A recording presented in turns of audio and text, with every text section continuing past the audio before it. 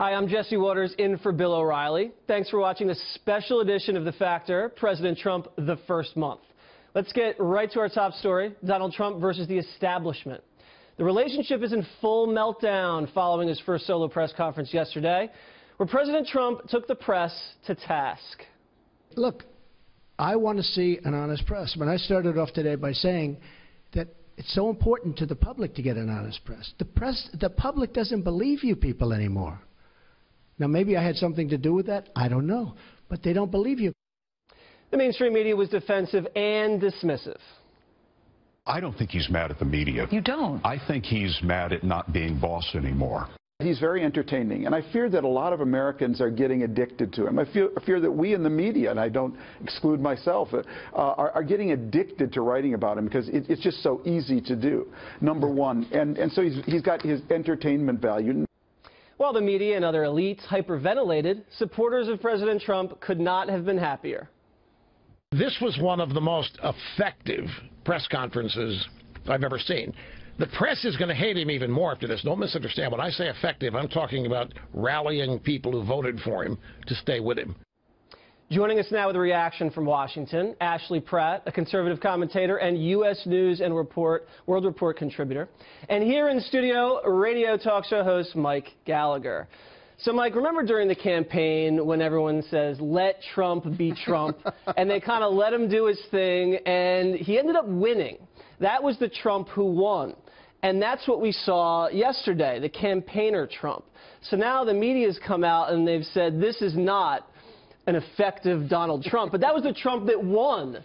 So I still think the media is missing the boat on this guy. Everything that got Donald Trump elected was on display yesterday. And if any of these elitists think that average, hardworking, normal Americans give a rat's rear end about the media being tweaked by President Trump, they ought to take a long, hard look in the mirror and realize they are pitifully and wildly out of touch with what's reality. What's reality is that's the President Trump that voters and Americans expect. The best is yet to come. He's had a really good month. He had some highlights this week. You think it gets better than this? Oh, he's going to be even more we're in for a ride. Towards the press? We're in for a ride. Well, it looks like we are, because he just tweeted out something I want to show the audience here.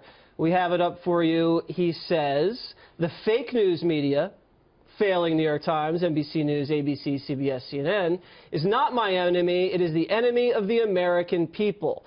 So, Ashley, it looks like he's trying to do is align himself with the American people and really drive a wedge between the press and the rest of the country. He pretty much did that the other day during the press conference. Do you agree with that or not?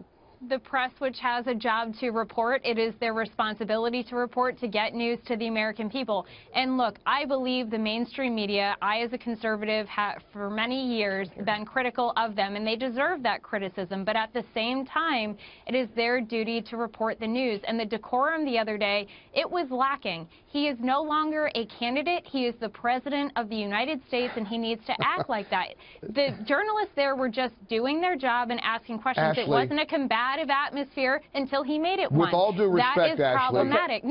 No. Let me finish. Let her finish. It was Thomas Jefferson, who is by all means regarded by the conservative movement, who had said our greatest liberty is the freedom of the press, and that liberty could die without it. So Ashley, I think we should heed the wise words of one of our nation's founders, don't you think? Ashley, the only thing I would say to that, and then we can get to Michael, is the American people did not elect Thomas Jefferson. If they had wanted to elect a guy and it was all about decorum, they would have elected Mitt Romney. But they wanted a renegade, and they got a renegade. Also didn't vote for him as well, and we have to realize that. The ones marching down Washington. Hold on, Ashley, let Mike get in. The problem, Ashley, and I don't mean this to be personal, but you're a never Trumper. You've been against. I was. Of course, and you still are. And you still, he can prove me wrong, but he needs to be held accountable. At the end of the day, you guys who were opposed to Donald Trump are still anguished that he won. To a person, self-described conservatives or Republicans who were critical of yesterday's epic press conference are never Trumpers. You guys have been continually against the guy. You want him to fail. Mike, let her finish. Ashley, do you agree with the point that maybe you have not yet accepted the fact that Donald Trump, this Donald Trump, is president, and this is the way he's going to behave towards the press for the next 4 years at least? eventually we're going to have to get used to this, right? Look, Obama won. I was not thrilled about that, but guess what? You can complain all you want. You can disagree with policy all you want, and we did when conservatives were shut out or mocked during press conferences by Josh Earnest. But guess what? We can't be hypocritical and be doing the same thing over the next 4 years. There's none. Because calling out CNN as fake news and saying, I don't watch you, you're this, you're that, and all these other things is just absolutely absurd, because when Obama did it, conservatives railed against him. I was one of them. So to stand there and say that this is okay is absolutely ridiculous. Let me finish one more thing. As a never-Trumper, yes, I was conservative and concerned because of the fact that he said many concerning things. Yes, he got great talking points, and I'm glad that he won because he proved me wrong. But at the end of the day, he has a chance to prove me wrong again by being a good president. But what he did the other day was very, very unpresidential. Ashley, the thing that I would say to you, comparing President Obama to President Trump with the way he treats the press, which we were all upset about, I can agree on that, I think. Fake news stories, then President Obama would be within every one of his rights to call it like he sees it.